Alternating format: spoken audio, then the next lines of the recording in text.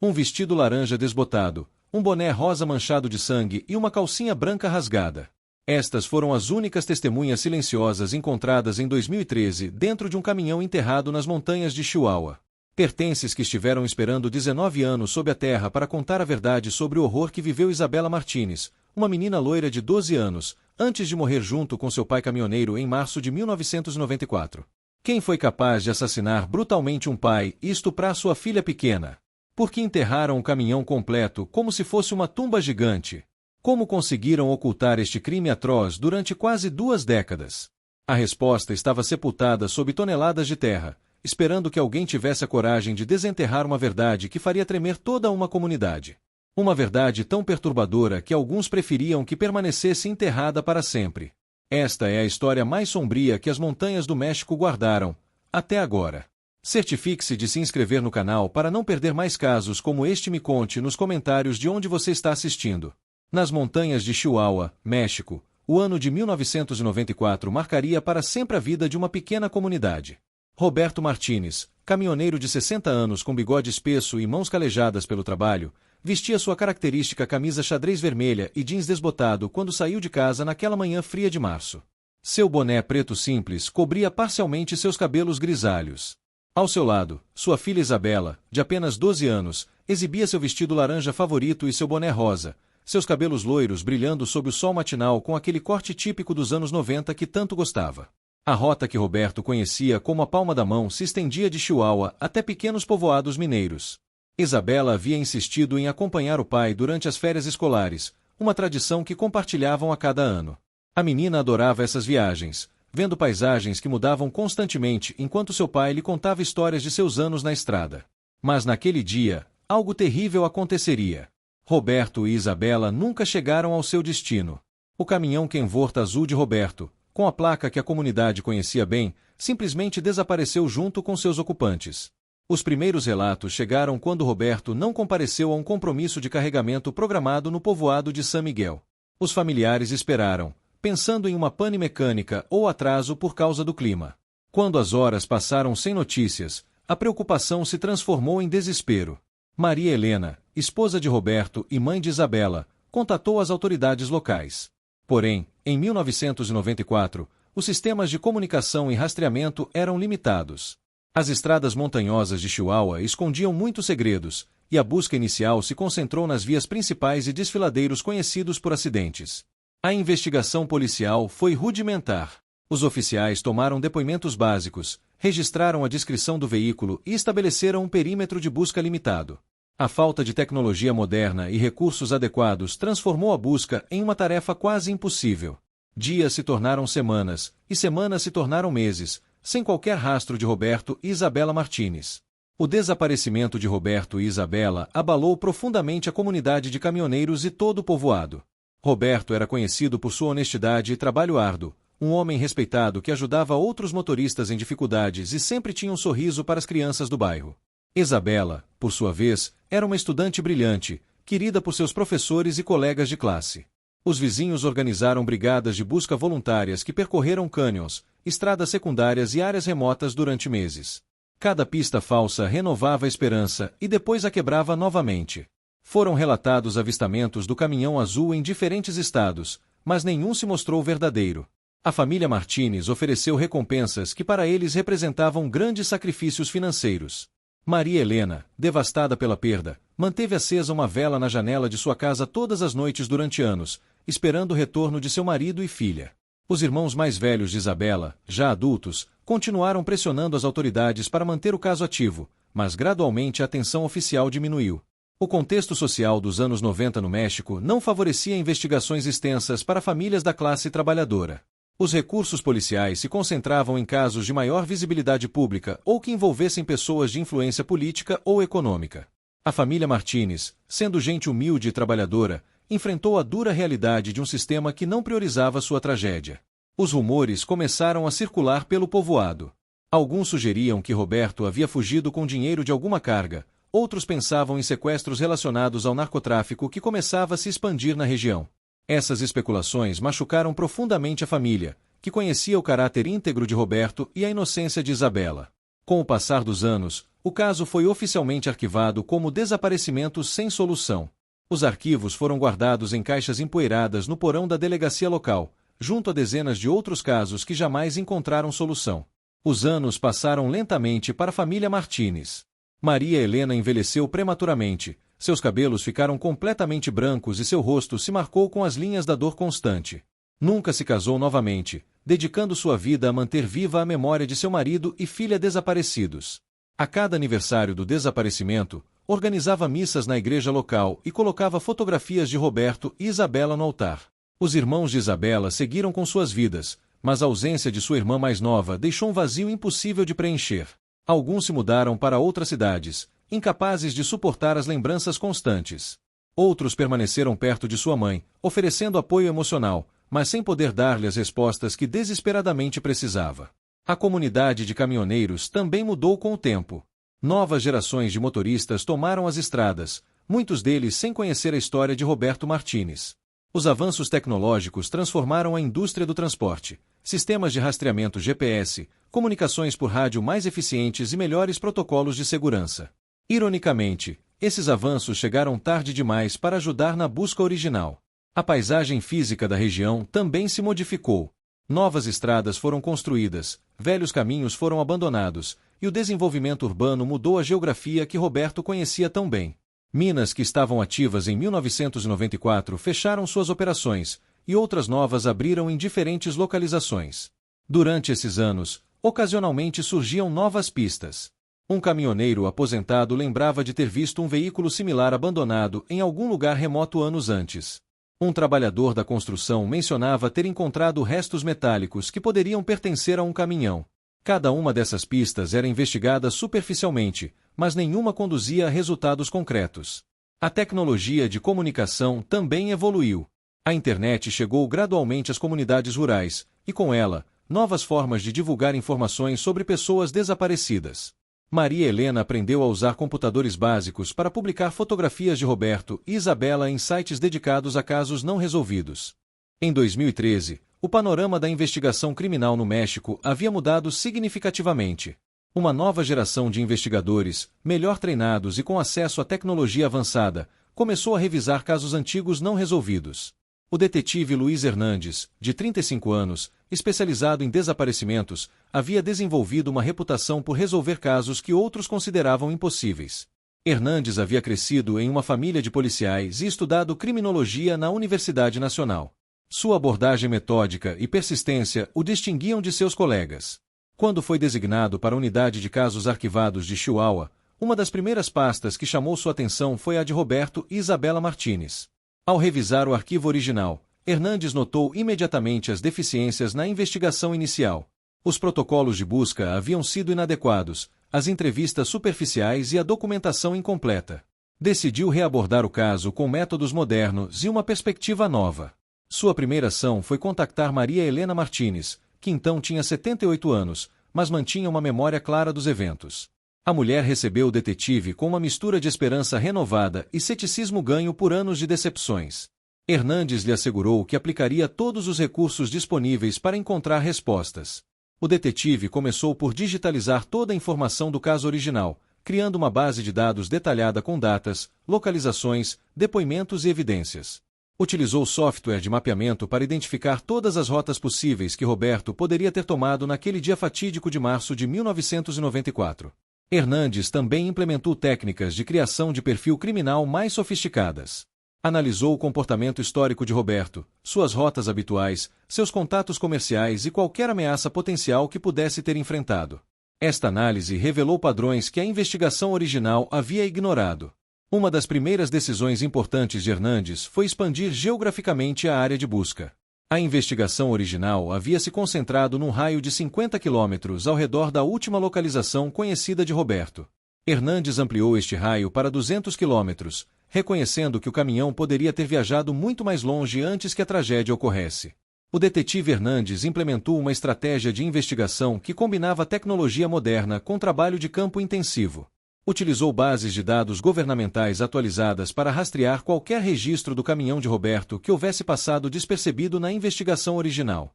Também empregou técnicas de análise geográfica para identificar localizações remotas onde um veículo grande poderia ter sido ocultado. Durante suas entrevistas com antigos colegas caminhoneiros de Roberto, Hernandes descobriu informações que nunca haviam sido documentadas oficialmente. Vários motoristas lembravam que Roberto havia mencionado preocupações sobre alguns clientes que lhe pediam para transportar cargas para localizações incomuns e em horários estranhos. Esta informação sugeria a possibilidade de que Roberto houvesse sido vítima de criminosos que utilizavam caminhoneiros legítimos para atividades ilícitas. Hernandes também explorou a possibilidade de que o desaparecimento estivesse relacionado ao contexto social e econômico dos anos 90. A região de Chihuahua havia experimentado um aumento na atividade do crime organizado durante essa década, e muitos casos de desaparecimentos nunca foram investigados adequadamente devido à corrupção e falta de recursos. O detetive estabeleceu contato com organizações não governamentais que trabalhavam com famílias de pessoas desaparecidas. Essas organizações haviam desenvolvido redes de informação e técnicas de busca que complementavam o trabalho oficial. Através dessas conexões, Hernandes teve acesso a depoimentos de pessoas que haviam preferido não falar com as autoridades nos anos 90. Uma pista particularmente interessante surgiu de um antigo trabalhador de uma mina abandonada. O homem lembrava que em 1994, alguns de seus companheiros haviam relatado atividade suspeita em áreas remotas perto da mina, incluindo o movimento de veículos pesados durante a noite. Esta informação nunca havia chegado aos investigadores originais. Hernandes organizou expedições sistemáticas para essas localizações remotas, utilizando equipamentos de detecção de metais e técnicas de busca forense. Embora as primeiras expedições não produzissem resultados, o detetive manteve sua determinação. Sabia que resolver um caso de 19 anos requeria paciência extraordinária e metodologia rigorosa. O trabalho de Hernandes também incluiu a revisão de casos similares na região durante os anos 90. Identificou padrões de desaparecimentos que sugeriam a possibilidade de um perpetrador serial ou uma organização criminosa que operava de forma sistemática. Em outubro de 2013, uma combinação de persistência investigativa e casualidade afortunada levou à descoberta que mudaria tudo. Hernandes havia organizado uma busca numa área montanhosa particularmente remota, aproximadamente 180 quilômetros da última localização conhecida de Roberto. A zona havia sido identificada como de interesse devido a depoimentos de atividade suspeita nos anos 90. A equipe de busca incluía especialistas em detecção de metais, peritos em geologia forense e voluntários experientes em buscas de pessoas desaparecidas. Haviam trabalhado na zona durante 3 dias sem resultados significativos quando um dos detectores de metais registrou uma anomalia considerável enterrada a vários metros de profundidade. A escavação inicial revelou metal oxidado que claramente pertencia a um veículo grande. À medida que os trabalhadores removiam cuidadosamente a terra e rochas, tornou-se evidente que haviam encontrado um caminhão completamente enterrado. A preservação do veículo era notável devido às condições do solo e clima da região. Quando finalmente conseguiram acessar a cabine do caminhão, Hernandes experimentou uma mistura de triunfo profissional e dor humana. Os números da placa coincidiam exatamente com os do caminhão de Roberto Martínez. Depois de 19 anos, haviam encontrado o veículo desaparecido. Dentro da cabine, os investigadores forenses começaram um processo meticuloso de documentação e coleta de evidências. Entre os objetos encontrados estava um vestido laranja de Isabela, agora desbotado e danificado pelo tempo, seu boné rosa característico e peças de roupa íntima que correspondiam às descrições fornecidas pela família anos antes. Os restos humanos encontrados no veículo foram trasladados imediatamente para análise forense. Embora o estado de decomposição fosse avançado, os peritos confiavam em poder confirmar as identidades através de análises dentária e de DNA. O contexto da descoberta e os pertences pessoais já forneciam evidência convincente de que haviam encontrado Roberto e Isabela Martínez. A notícia da descoberta se espalhou rapidamente pela comunidade. Maria Helena Martínez, agora com 78 anos, recebeu a ligação de Hernandes com uma mistura de alívio e dor renovada. Depois de quase 2 décadas de incerteza, finalmente tinha respostas, embora essas trouxessem consigo a confirmação definitiva de seu maior medo. A análise forense do caminhão e seu conteúdo revelou uma história mais complexa e perturbadora do que inicialmente se havia antecipado. Os peritos determinaram que o veículo havia sido enterrado deliberadamente pouco depois do desaparecimento em 1994, utilizando maquinaria pesada para criar uma sepultura profunda que havia mantido ocultos os segredos durante quase 2 décadas. A evidência física encontrada no caminhão sugeria que Roberto e Isabela haviam sido vítimas de um crime violento. As análises balísticas revelaram impactos de bala no interior da cabine, e os restos ósseos mostravam sinais consistentes com trauma por arma de fogo. Esta informação confirmou que não se havia tratado de um acidente, mas de um homicídio deliberado. Mais perturbador ainda, a evidência física indicava que Isabela havia sido vítima de agressão sexual antes de sua morte. As análises forenses de seus pertences e a posição dos restos forneceram evidência clara deste crime adicional. Esta revelação acrescentou uma dimensão ainda mais trágica ao caso e aumentou a determinação de Hernandes de encontrar justiça. O detetive expandiu sua investigação para incluir especialistas em crimes sexuais e psicólogos forenses. O perfil do perpetrador que emergiu sugeria um indivíduo ou grupo com conhecimento local detalhado, acesso à maquinaria pesada e a capacidade de operar em áreas remotas sem ser detectado. Hernandes também descobriu que a rota onde Roberto havia estado viajando naquele dia era conhecida por outros incidentes criminais durante os anos 90. Vários caminhoneiros haviam relatado tentativas de assalto, e alguns haviam desaparecido temporariamente antes de serem encontrados abandonados em áreas remotas. Este padrão sugeria uma organização criminosa que havia visado especificamente motoristas de caminhões. A tecnologia forense moderna permitiu extrair evidência que teria sido impossível de analisar em 1994. Amostras de DNA foram recuperadas de múltiplas superfícies dentro do caminhão, e as análises balísticas identificaram o tipo específico de arma utilizada no crime. Esta informação forneceu pistas concretas que poderiam levar à identificação dos perpetradores. A análise do solo ao redor do local de enterramento revelou que o caminhão havia sido colocado ali usando equipamentos de construção profissionais. As marcas de pneus preservadas em camadas profundas de sedimento forneceram evidência adicional sobre os veículos utilizados para transportar e enterrar o caminhão.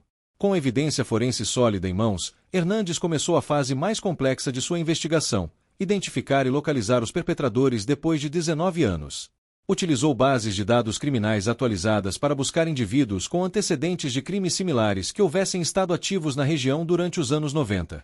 O perfil de DNA extraído do caminhão foi comparado com amostras em bases de dados nacionais e internacionais. Embora não produzisse coincidências imediatas, forneceu um perfil genético que poderia ser usado para confirmar a identidade de suspeitos uma vez identificados por outros meios. Hernandes também implementou técnicas de investigação genealógica, utilizando o DNA encontrado para buscar parentes potenciais dos perpetradores.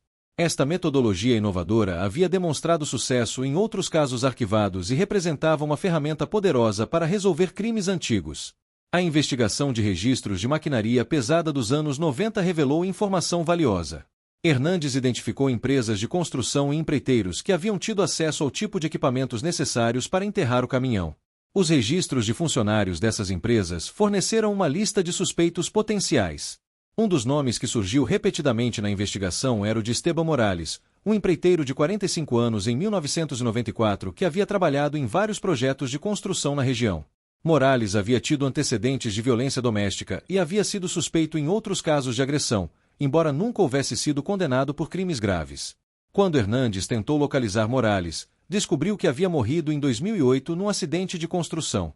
Porém, a investigação de seus associados e funcionários dos anos 90 revelou conexões com outros indivíduos que seguiam vivos e poderiam ter estado envolvidos no crime. As entrevistas com antigos funcionários de Morales produziram informação explosiva.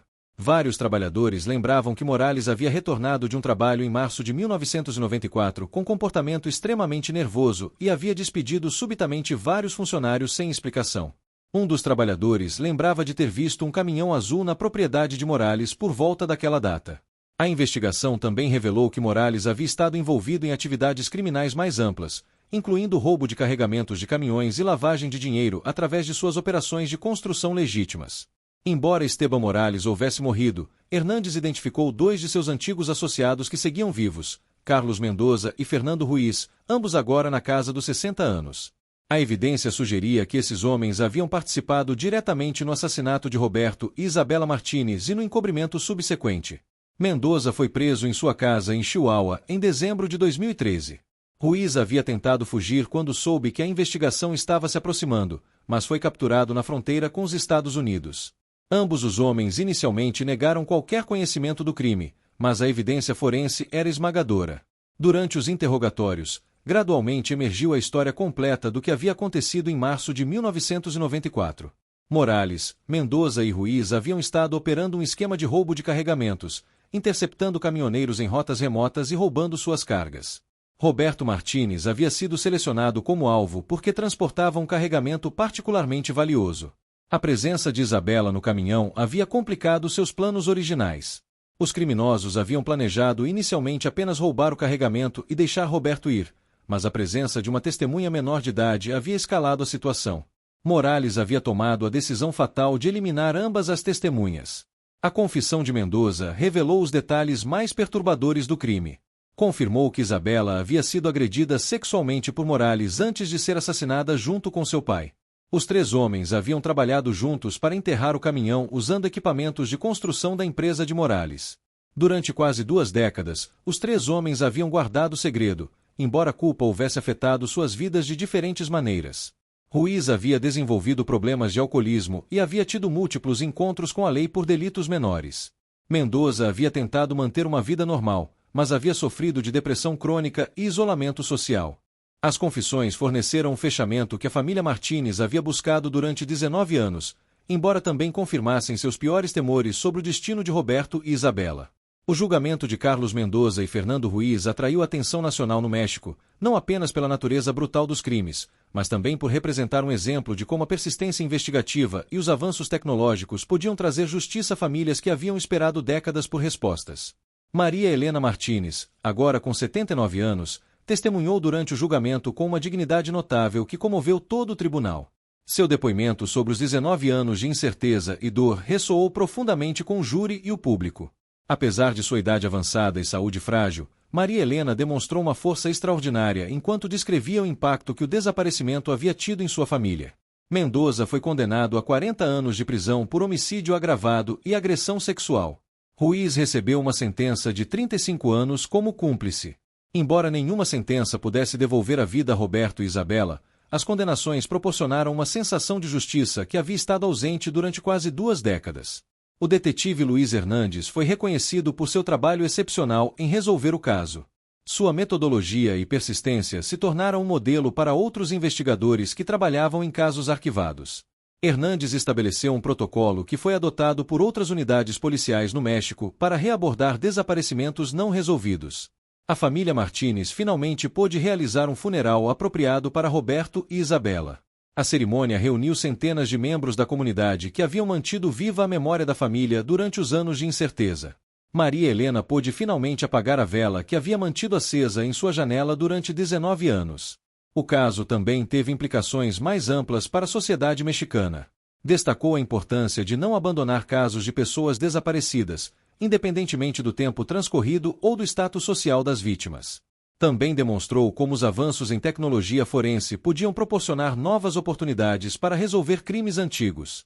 Maria Helena Martins, embora marcada por décadas de dor, encontrou uma forma de paz ao saber finalmente a verdade sobre o destino de sua família.